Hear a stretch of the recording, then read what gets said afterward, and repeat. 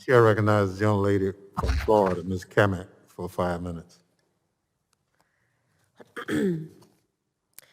Well, thank you, Mr. Chairman. I am pleased that the committee has convened today to mark up this important piece of legislation along with so many others.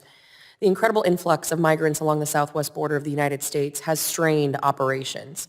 In September, the Department of Homeland Security surged around 400 Border Patrol agents to Del Rio, Texas, to assist ICE and the U.S. Coast Guard with moving migrants to processing locations, deportation flights, and to provide humanitarian aid.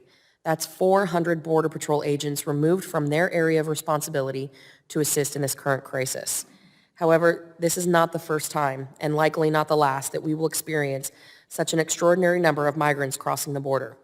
As such, it is imperative that the department has the necessary personnel and contracts in place to assist in and carry out border operations. My bill, the Department of Homeland Security Border Support Services Contracts Review Act, directs the DHS Undersecretary for Management, USM, to assess contracts for covered services performed by contractor personnel along the southwest border of the United States to enhance coordination, minimize overlap, and to increase cost effectiveness amongst those contracts. This legislation requires that the Undersecretary for Management submit to Congress a report with recommendations on active contracts utilized for border support services that includes the criteria used by the department to determine whether contractor personnel were necessary to assist in the department's mission along the border, an analysis of the purpose, quantity, and location of contractor personnel to effectively address mission needs along the border, and to enable department personnel to perform primary mission responsibilities, an assessment of the benefits of utilizing contracts, and an assessment of opportunities to increase the efficiency of the department with respect to contracting. In September of last year, the DHS Office of Inspector General issued a management alert to quote-unquote advise the Department of Homeland Security and the U.S.